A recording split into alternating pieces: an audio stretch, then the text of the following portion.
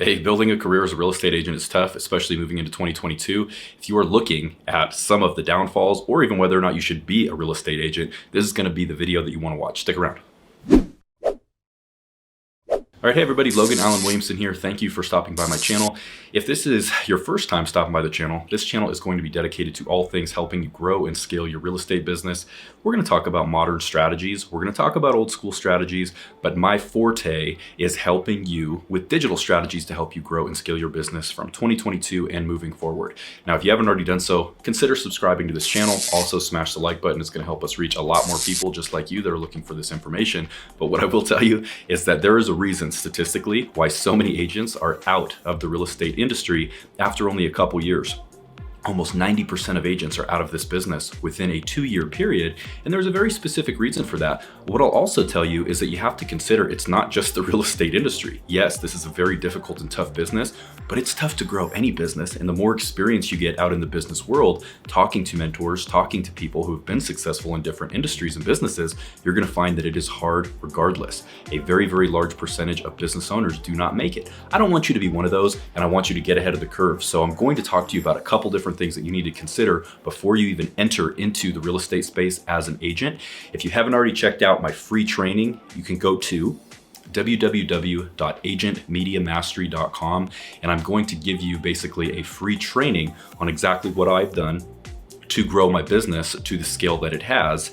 And I will tell you that I'm not a unicorn. I've figured out a couple things, and over the course of 1 year, I'm now pursuing being a top producer at my brokerage, where over the course of a 4-year period, I literally did 4 deals while working a corporate position because I had not figured out a couple very specific things. Now, one of the luxuries that I did have while working that corporate position is I was a salaried employee, meaning I had cash coming in. And I'm going to talk to you a little bit about why I bring that up here in just a second.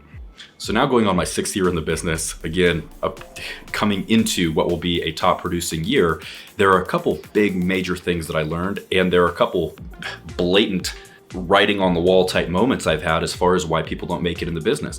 Now, like I mentioned, 4 years, 4 deals. What a lot of people don't realize is what it takes to actually grow a business. And you're gonna hear all sorts of advice. The number one thing, if you wanna get into the real estate industry and how to be successful, a lot of these coaches online are gonna tell you the first thing you need to do is you need to write down your goals, and you need to definitively solidify exactly how many transactions you wanna do, the gross commission income you wanna basically earn over the course of a year, and what you're gonna do. I have a little bit different mentality than a lot of coaches online, especially in the real estate space, because a lot of people out there simply are not doing volume that are teaching, quote unquote, how to be successful in this business. I think goal setting up front is a bunch of crap. And the reason I say that is because how are you going to be able to set goals and determine the number of transactions that are realistic for you to do over the course of a year if you don't even know your numbers? You have to back into your goals, and the way to do that is you create metrics. And what do I mean by that? Well, I mean, your standard person, the standard person getting into this industry as a new agent is going to go online. You're going to look at coaches that are going to say, define your goals. So you sit down with a pen and pad and you get all excited one night and you say, yeah, I'm going to do 36 deals my first year. I'm going to do 50 deals my first year. And you have absolutely no idea what the roadmap is or the cost that's going to be associated with getting you there. What's going to happen over the course of time, once you start to get some metrics, you get some deals under your belt, meaning you've done business, you can back into your goals. Okay, well, this year I did 20 transactions. Okay, this year I had this many number of contracts. And essentially what you get is the amount of money it takes for you to get a lead based on a specific lead source, the amount of money that it takes for you to get that lead to an appointment, get the scheduled appointment to show up, get the appointment to turn into an actual client, get the client to turn into an escrow or somebody who's under contract, getting that to spit out a commission, and then seeing how many referral transactions are actually recurring because of that particular client and that effort, which is all the front end of the funnel, which is something that we'll discuss later. Comment below if you want more information about what I'm talking about. However, if you sit down and you say that you want to do an X number of transactions per year and you don't know what it's going to cost you or how many people you're going to have to talk to, how many appointments you're going to set, it's absolutely irrelevant. One of the things I want you to consider right up front is that you are not going to succeed in this business unless you are talking to new people constantly about real estate.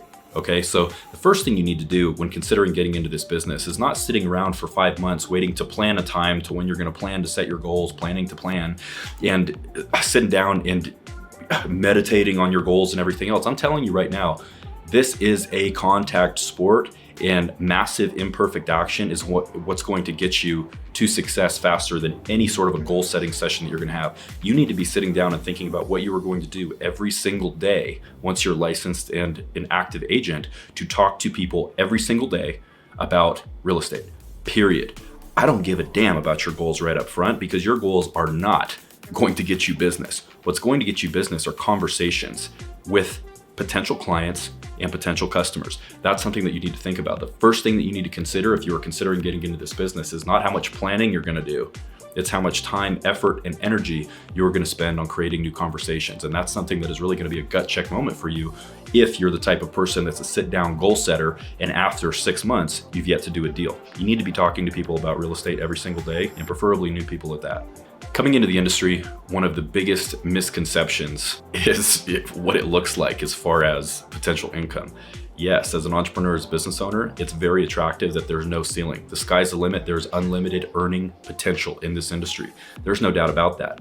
But what you can learn from me, and this is why I shoot you very straight and will continue to on this channel, because I made every single mistake that you can possibly make when coming into the business. I left my corporate position 5 separate times over the course of 4 years to pursue being a full-time realtor. Yeah, you can play that back if you want to. I left my corporate position 5 times, and I did 4 deals over the course of 4 years.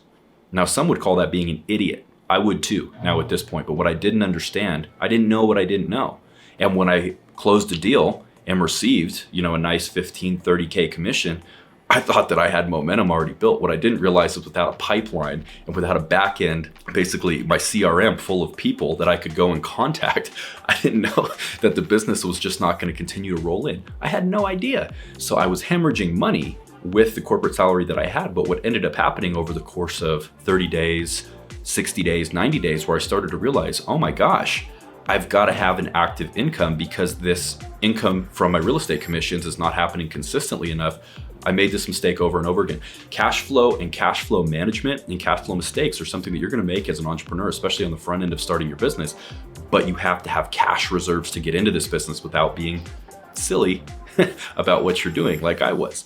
I would recommend 12 months of living expenses saved up and in the bank before you even get into the business. Now, some people say, oh, you've got to burn the boats. That's ridiculous. I personally don't think it is. If you have anything less than 6 months of living expenses in the bank before you get into this business, I personally think you're a fool. So that's something that you need to consider. That's my humble opinion. I'm just telling you, having done this the hard way, I would never do that again. I would save up money. I'd be very diligent, and I would be ready to hit the ground running, knowing that if I didn't generate business for a few months, I would be safe. Right now, if you're considering getting into the business, you're thinking about all sorts of things just like I was. Real estate probably seems very daunting. You're thinking about all the 1,000 little moving parts and pieces of, well, how do I find the contract paperwork? Am I going to be at risk of lawsuits? What happens if I do get sued? What is an appraisal? How do I renegotiate through inspections? How do I figure out an offer price? All of these little minutia things are, again, things that are not helping you inside of what is a contact sport. These are why you have things like a broker. These are why you have mentors. These are why you have office and training hours where you can go in and you can learn contracts. But what I'm telling you is, it is so simple. Right now, you need to not worry about the things that you don't know. It's inevitable. You don't know what you don't know. What's going to happen when you waive an appraisal contingency inside of a hot market and the house doesn't appraise where you wanted it to? Have you explained that properly to your clients? What's going to happen when you have to have a re-inspection because something was unsatisfactory and it's blowing a contract up, meaning you may fall out of escrow due to an unfavorable inspection? How do you renegotiate through a contract? What is the required repair contract after an inspection? All sorts of little different things. What is a loan lock? What's going to happen if your particular buyer is shopping multiple lenders after they've already gone into escrow? How are you going to handle those conversations? The short answer up front is, it doesn't matter. You need to generate business. You need to generate clients. And thinking that you need to know all these things in advance, you might as well not even get started, because you're going to be sitting here for the next 2 to 3 years trying to become an expert in something that even people who have been in the industry for multiple decades are not experts at. These are why you have your broker, and these are why you have industry professionals that can help you through the course of your escrows and navigate your contracts to help you basically get through your first few transactions to get enough experience to be dangerous. Don't stress on what you don't know, or you're never going to get to where you want to go up front. I can assure you that. One of the most important things that I can give you as advice to consider if you're considering getting into this industry as an agent is it is a lot less glamorous than what you're seeing on Selling Sunset and a lot of these different shows. It's actually completely different in many ways. Being a real estate agent, one, we are liked less than car salespeople, okay, on the totem pole of how we're respected or how we're perceived by the public, lower than car salespeople, okay? So to think that you're going to go in and you're going to put on a nice dress shirt and you're going to go get a high-end clientele right off the bat is very, very unlikely. There's going to be a lot of slow, monotonous pounding of monotonous tasks and effort, following up with phone calls, doing lead generation activities, putting yourself out there talking to new people where you're probably going to feel uncomfortable 9 times out of 10, dealing with massive rejection over and over and over again to try to get your first or second or third or fourth or 100th deal. These are all things that nobody shows on TV because they wouldn't get viewership. But these are also the reason why so many agents, almost 90%, fail within 2 years, because they think this is going to be some sort of a glamorous career. Once you get some traction, once you have a reputation, once you scale, of course it is. It can be great, just like any other business. When you start making money, it looks glamorous from the outside. You're going to start getting mad at agents that are producing when you are putting in everything you got day in and day out and don't see effort for 3-4 months at a time. You're going to get mad at agents, whether it be men or women, that are somewhat attractive, and you think that the reason that they're getting business is because they look good in front of their clients, because of sex appeal and different things like that. You're going to get mad at top producers that you think were given a silver spoon, that are part of their family's company, that are doing business. You have to stick with it, and it is going to take a lot of grit. And if you don't have that grit, this simply might not be the industry or the business for you, and you might not be caught up or basically in a position where you're meant to be an entrepreneur. And these are things that you have to consider. The number one trait of a business owner, in my humble opinion, is grit and tenacity. You've got to be able to bounce back and do things over and over and over again, learn from mistakes, learn from failures, and 4 months down the road, if you haven't seen one result, I'm telling you, you got to keep going, and you got to look at every single failure you've had as a success, because it's giving you more and more knowledge to eventually have that one conversation or to get that one client that is going to help you get through and succeed and win and get you to the closing table to receive that commission income. Now, hey, thank you for stopping by. Logan Allen Williamson here. You can go to www.agentmediamastery.com if you want my free training on how to build and grow the #1 lead source that I have in my business that has allowed me to not handle objections and to basically field inbound leads with people that know, like, and trust me, who are ready to work with me. www.wolfpackagent.com is also another website that you can go to if you're interested in potentially partnering with me and my #1 fastest growing group and team at eXp Realty. Thank you for stopping by the channel. If you see any other videos up on the screen, it's exactly what you need to see next. I look forward to seeing you here soon.